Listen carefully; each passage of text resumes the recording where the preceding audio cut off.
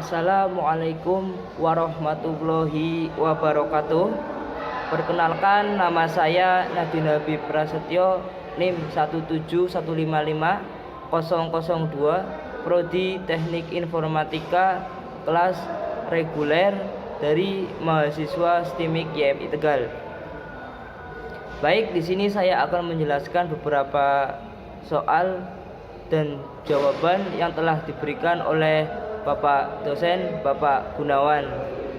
Untuk soal yang pertama, yaitu gambar skema struktur sistem pakar, sebutkan bagian-bagiannya dan jelaskan. Untuk gambar skema struktur sistem pakar ada pada layar samping. Struktur pakar dibagi menjadi dua, yaitu lingkungan konsultasi dan lingkungan pengembangan. Lingkungan konsultasi meliputi antarmuka pengguna.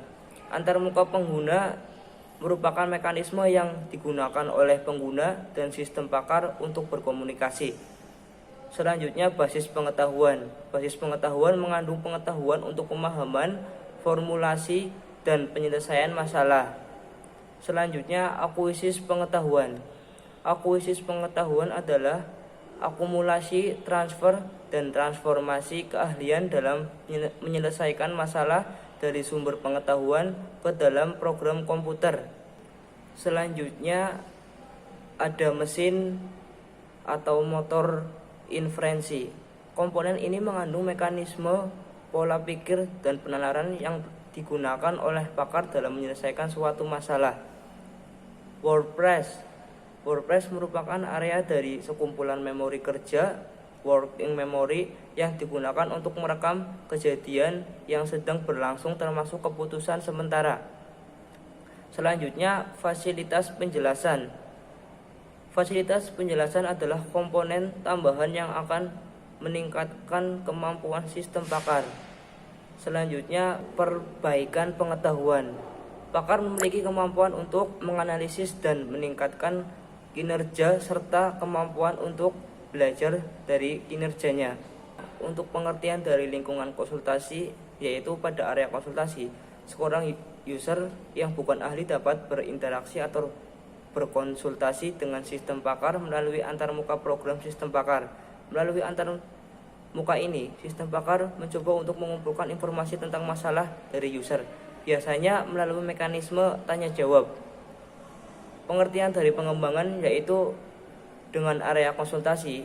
Pada area pengembangan dikhususkan untuk para ahli yang mengembangkan sistem pakar yang bersangkutan. Untuk soal yang kedua, yaitu jelaskan knowledge acquisition. Knowledge acquisition yaitu akuisis pengetahuan ialah akumulasi, transfer, transformasi keahlian dalam menyelesaikan masalah dari sumber pengetahuan ke dalam program komputer. Dalam tahap ini, knowledge engineer berusaha menyerap pengetahuan untuk melanjutkan ditransfer ke dalam basis pengetahuan. Pengetahuan diperoleh dari pakar, dilengkapi dengan buku, basis data, laporan, penelitian, dan pengalaman pemakai. Baik, untuk selanjutnya soal yang nomor 3, yaitu gambarkan dan jelaskan fase pengembangan pakar. Untuk gambar dari fase pengembangan pakar ada pada layar samping. Sedangkan untuk penjelasannya, yang pertama ada identifikasi. Identifikasi yaitu tahap ini merupakan tahap untuk mengkaji dan membatasi masalah yang akan diimplementasikan dalam sistem. Yang kedua ada konseptualisasi. Hasil identifikasi masalah dikonseptualisasikan dalam bentuk relasi antar data, hubungan antar pengetahuan dan konsep-konsep penting dan ideal yang akan diterapkan dalam sistem. Selanjutnya formalisasi. Formalisasi apabila tahap konseptualisasi telah selesai dilakukan, maka tahap formalisasi konsep tersebut diimplementasikan secara formal. Selanjutnya implementasi. Apabila pengetahuan sudah diinformasikan secara lengkap, maka tahap implementasi dapat dilakukan dengan membuat garis besar masalah kemudian memecahkan masalah dalam bentuk modul-modul.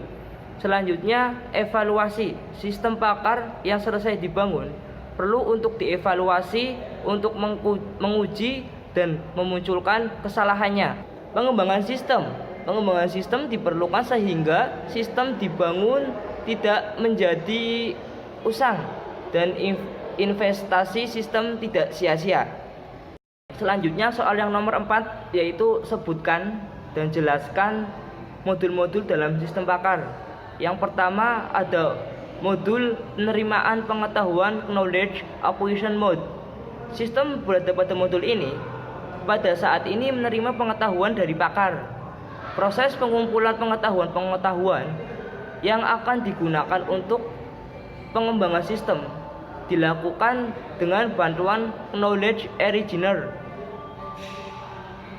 Peran knowledge engineer adalah sebagai penghubung antara suatu sistem pakar dengan pakarnya. Yang kedua, modul konsultasi mode. Pada saat sistem berada pada posisi memberikan jawaban atas permasalahan yang diajukan oleh user. Sistem pakar berada dalam modul konsultasi. Pada modul ini, user berinteraksi dengan sistem dengan menjawab pertanyaan-pertanyaan yang diajukan oleh sistem. Selanjutnya ada modul penjelasan. Modul penjelasan yaitu modul ini menjelaskan proses pengambilan keputusan oleh sistem, bagaimana suatu keputusan dapat diperoleh. Baik, selanjutnya soal nomor 5 atau yang terakhir, yaitu sebutkan dan jelaskan metode inferensi dalam sistem pakar. Untuk yang pertama ada Edward Kaining, suatu penalaran di mana konluksi yang didapat berkebalikan dengan hipotesis. Potensial konluksinya mungkin akan menjadi atau terbukti karena adanya fakta yang mendukung akan hipotesis tersebut. Yang kedua, Edward Kaining, suatu penalaran yang dimulai dari fakta untuk mendapatkan kesimpulan dari fakta tersebut. Sekian dari saya, kurang lebihnya mohon maaf. Billahi taufiq wal hidayah. Wassalamualaikum warahmatullahi wabarakatuh.